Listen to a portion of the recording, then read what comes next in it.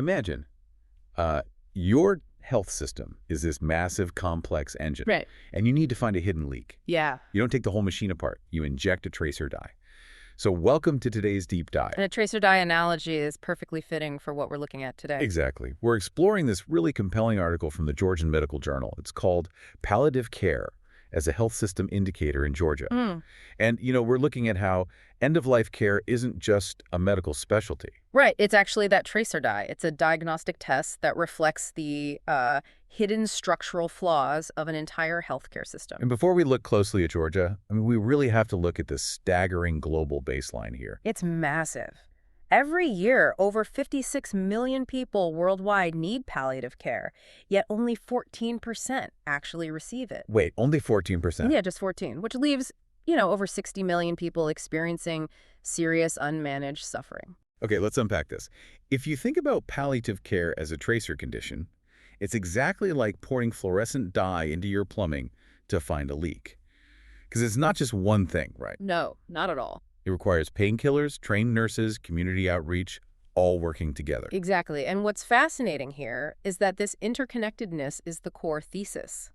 A tracer condition tests a system's equity, its continuity of care, and its ability to distribute essential medicines. So if a health system fails to provide comfort at the end of life, it's basically failing in less visible ways across the board. Precisely. It's the ultimate stress test. So what does this all mean when we put Georgia under the microscope?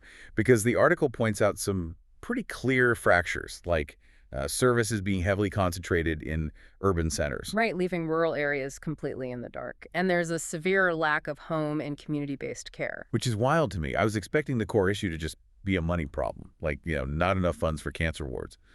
But the article points somewhere else entirely, doesn't it? It really does. The roadblock is heavily bureaucratic, especially regarding access to opioids.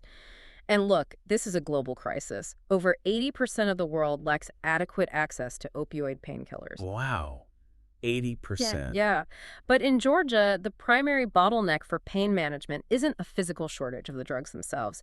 It's the administrative and regulatory labyrinth required to prescribe and dispense them. Meaning, when a rural patient in Georgia can't get morphine, it doesn't just mean there's a lack of doctors. It proves the country's distribution networks are fundamentally broken. Absolutely. You're dealing with strict laws dictating who is legally allowed to prescribe a painkiller, complicated triplicate forms, and doctors who are just terrified of legal repercussions. Just for treating pain, that creates this massive policy gridlock. Right. When regulations designed to prevent drug abuse are entirely imbalanced, they inadvertently punish patients suffering from severe pain. So if the real villain here is bureaucratic red tape choking the supply, you don't fix that by simply training more doctors. No, you have to rewrite the rules entirely. Right, so how is Georgia actually trying to untangle this?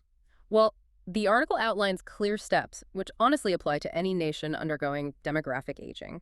They have to expand community-based services, implement systematic monitoring, and critically establish balanced opioid policies. Which the researchers call pharmaceutical governance, right? Exactly. Essentially modernizing the legal framework so painkillers can move safely but efficiently from a warehouse to a patient's bedside. Here's where it gets really interesting. You can't fix palliative care without fixing that whole supply chain and care network. Yep, it's a domino effect. By forcing improvements in how a country handles its most highly regulated drugs, the entire healthcare infrastructure levels up. Which is huge. And this raises an important question about the future. With the rising global wave of non-communicable diseases, things like cancer and cardiovascular issues, how will health systems adapt? They really have to integrate this kind of comprehensive symptom management right now, or they risk collapsing under the sheer demand. Exactly. It challenges us to look beyond just the machinery of curing and critically examine the architecture of caring. It really is the ultimate indicator of a health system's responsiveness. It's that mirror, or that tracer dye, reflecting the true state of the foundation beneath the surface. Absolutely. Leaving you with this final provocative thought to ponder.